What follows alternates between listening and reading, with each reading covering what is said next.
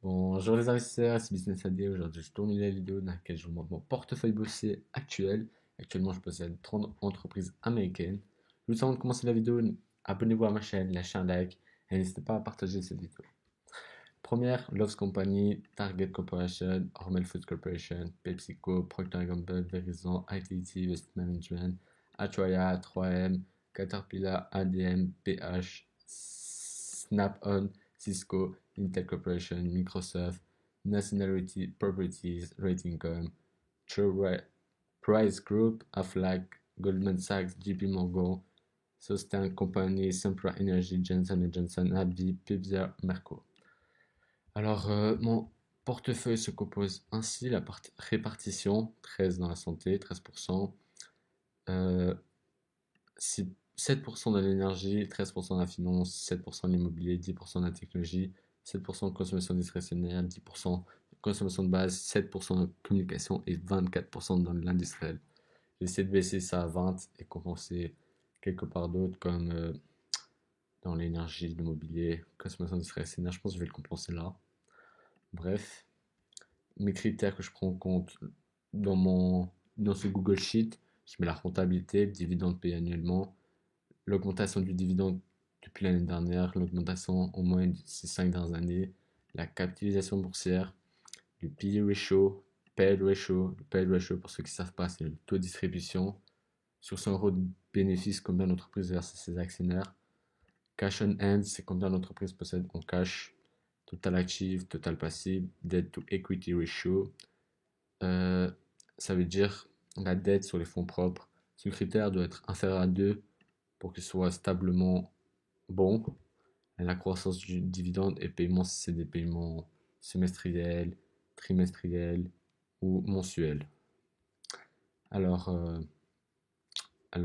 Love's Company est une chaîne de distribution américaine spécialisée dans la matière de construction et du jardinage pour particuliers fondée en 1946. L'entreprise possède 1475 magasins dans 49 États. Regardez depuis le début, sa courbe exponentielle est juste magnifique. À part là, le crack dû à la crise. Sinon, elle a bien rebondi, plus 100%, c'est juste énorme. Target Corporation, la même chose, très belle courbe, linéaire. Et pour ceux qui ne savent pas, c'est le deuxième plus gros distributeur discount et le cinquième distributeur général aux États-Unis. Rentabilité 1,74%. Voilà, voilà. Troisième, Hormel Corporation, qu'on voit ici des entreprises qui augmentent au fil du temps petit à petit, mais c'est ce qu'on veut. Moi, ma stratégie, c'est d'investir dans une entreprise et ne plus jamais la revendre ou de la revendre dans 5, 10, 15, 20 ans, vous voyez, en faisant des dividendes mensuellement, trimestriellement, je sais pas si ça se dit, bref. La quatrième, PepsiCo. PepsiCo, depuis le début en bourse, c'est juste parfait la courbe. Je peux pas dire mieux, bref, même plus besoin de la présenter. Donc, personnellement, je préfère celle-là à Coca. J'ai même fait une vidéo dessus. Allez la voir, je la mets en haut à droite. Cinquième, Procter Gamble. Procter Gamble, pour ceux qui ne savent pas, c'est Elden Shoulders, c'est Pampers, c'est Oral-B, c'est Brand, c'est Gillette, c'est tout ce que tu veux. Ils sont partout, ils sont partout. Regardez, très belle courbe au fil du temps, exponentielle, c'est ce qu'on veut. Bref, elle existe depuis 1837, l'entreprise. Incroyable. 1, 2, 3, 4, 5, 6. Je suis à la sixième action, excusez-moi. Verizon, pour ceux qui ne savent pas, est une entreprise américaine de télécommunications. Entreprise stable, constant, bon profit, c'est ce qu'on veut. Un gros dividende de 4,36%. Ensuite, AT&T.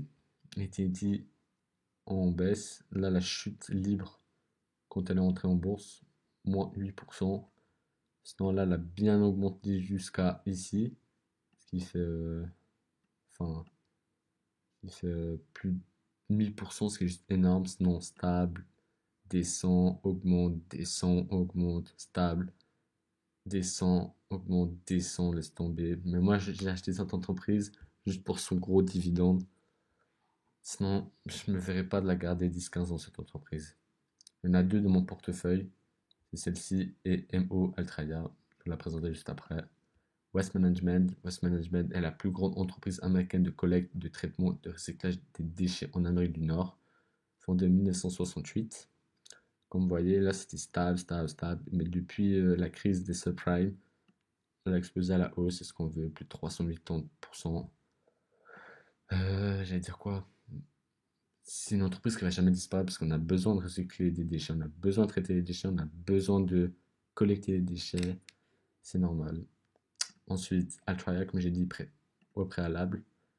Altria, c'est une entreprise basée sur les cigarettes, fabricant des cigarettes, et maintenant ils sont un peu dans le cannabis. Possède Marlboro, très gros dividende, comme vous voyez, 8,92% les amis. Juste énorme. Archer Daniel Midland est une multinationale américaine œuvrant dans l'agro-industrie. En 2009, elle possède 270 usines à travers le monde. Les ventes du groupe au 30 juin 2006 étaient de 36,6 milliards de dollars. Bref, comme vous voyez, c'est beau. Enfin, c'est pas beau, mais voilà quoi, hein. Moi, tant que j'achète une entreprise, je m'en fous si elle fait du profit, s'il y a un bonus, tant qu'elle verse un dividende mensuellement, enfin, qu'elle me verse son dividende et qu'elle augmente au fil des années, c'est ce que je veux. Ils sont stablement dans leur. Regardez ça, Pay Ratio 47%, possède 6 millions en cash, gros écart entre l'actif et les passifs, faible dette, ça fait 26 ans qu'ils augmentent leurs dividendes, c'est ce que je veux. Je m'en fais pas pour ça. Merci, au revoir. Ensuite, PH Parker Hannifin est un conglomérat américain basé à Cleveland. Regardez ça, très belle courbe exponentielle, faible rentabilité, mais regardez ça. Ça fait 64 ans qu'ils augmentent leurs dividendes. Et leurs dividendes augmentent fortement, 15% depuis l'année dernière, et 11% en moyenne depuis 5 dernières années. Pay ratio super faible, écart important entre les actifs et les passifs, dividendes corrects, enfin dividendes, dette à long terme correct, du coup ça passe.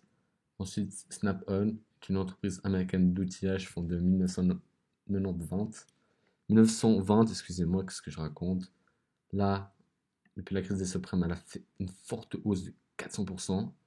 Ensuite, elle stabilise, elle descend, elle augmente, stabilise. Bref, depuis la crise, elle a fait. Enfin, comment? Elle a fait plus de 46%, c'est ce qu'on veut. Elle a repris. C'est sa vieille habitude, c'est-à-dire être en hausse. Ensuite, Cisco Systems. Là, vous en faites pas pour ça, c'est la crise de la technologie, excusez-moi, des années 2000. Sinon, elle stabilise, elle augmente un peu. Là, elle descend. Bref, entreprise informatique américaine spécialisée à l'origine dans le matériel de réseau et depuis 2009 dans les serveurs. Voilà, voilà. Ensuite, Intel, plus besoin de présenter. Bref, ça, c'est la crise technologique. Ensuite, elle stabilise, elle augmente un peu.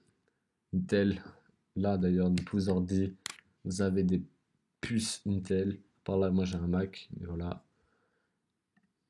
Microsoft, bref, plus besoin de la présenter, cette entreprise magnifique. Faible dividende, ça je m'en fiche. Ensuite, Necessity Retail Properties est une fiducie de placement immobilier qui investit principalement dans des propriétés de haute qualité qui font l'objet des beaux NNN à long terme. Il est organisé dans le Maryland avec son bureau principal à Orlando. Comme vous voyez, regardez son gros dividende, c'est parfait. Une santé, une entreprise correcte, je m'en fais pas pour ça. Ensuite, Realty Income Corporation, je parle souvent de cette entreprise. Regardez, c'est beau. Elle a augmenté son dividende depuis 26 ans en constante augmentation sans interruption. Et ce que j'aime bien avec cette entreprise, c'est qu'elle verse des dividendes chaque mois depuis son début en bourse. C'est ce que j'adore avec cette entreprise.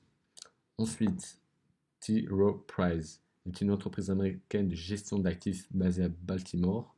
Elle est aujourd'hui classée 914e du Fortune 1000. Son siège se situe, bref, on s'en fout.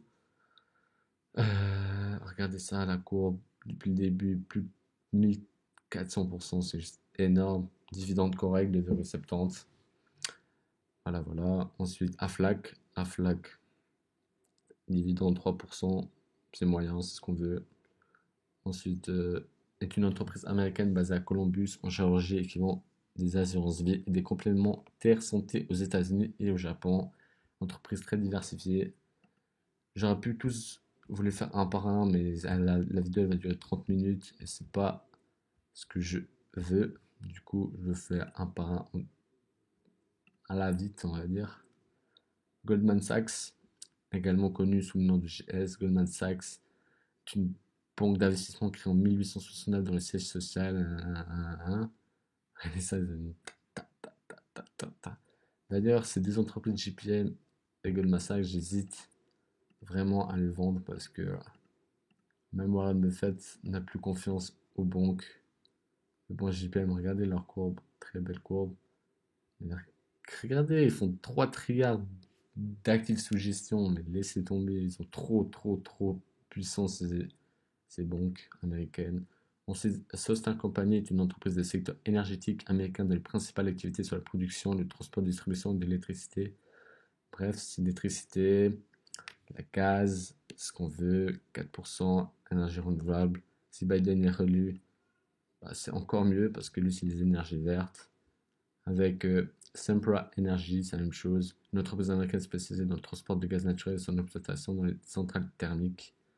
Ensuite, Johnson Johnson, entreprise pharmaceutique américaine fondée en 1886. Ça fait plus de 140 ans qu'elle est là, l'entreprise, c'est énorme. Elle produit du matériel pharmaceutique et médical, des produits d'hygiène, des cosmétiques et fournit également des services connexes aux consommateurs ainsi aux professionnels de santé. Regardez sa courbe, les gars. Parfait, 2600%, je n'arrive même pas à dire le chiffre tellement c'est énorme. Dividende correct, ça fait plus de 52 ans, je crois, qu'elle verse son dividende. 57 ans, excusez-moi, 57 ans, les amis. Ensuite, Abdi, c'est 48 ans, c'est propre. Abdi, sinon sa courbe n'est pas très jolie à voir, mais bon, il verse son dividende constantement, je sais pas si ça se dit, bref. Je suis asséché. Pfizer, forte hausse avant les années 2000. 1500%, c'est juste énorme. 2000%, excusez-moi. Ensuite, ils ont baissé. De toute façon, les entreprises dans le secteur de la santé, depuis les crises des subprimes, sont tous en constante hausse. C'est ce qu'on veut en plus là, avec la crise. Le premier qui va trouver le médicament contre ce foutu virus, elle va exploser. Hein. Ça va exploser à la hausse. Laissez tomber. Ensuite, Merck. Merck, comme je l'ai dit, depuis la crise des subprimes, c'est en haut. C'est ce qu'on veut. Si vous voulez que je vous fasse une vidéo détaillée sur chaque point, comment j'analyse et tout, dites-moi dans les commentaires. On arrive à la fin de la vidéo. Merci d'avoir visionné cette vidéo. Abonnez-vous, likez et partagez. Merci. Ciao, ciao.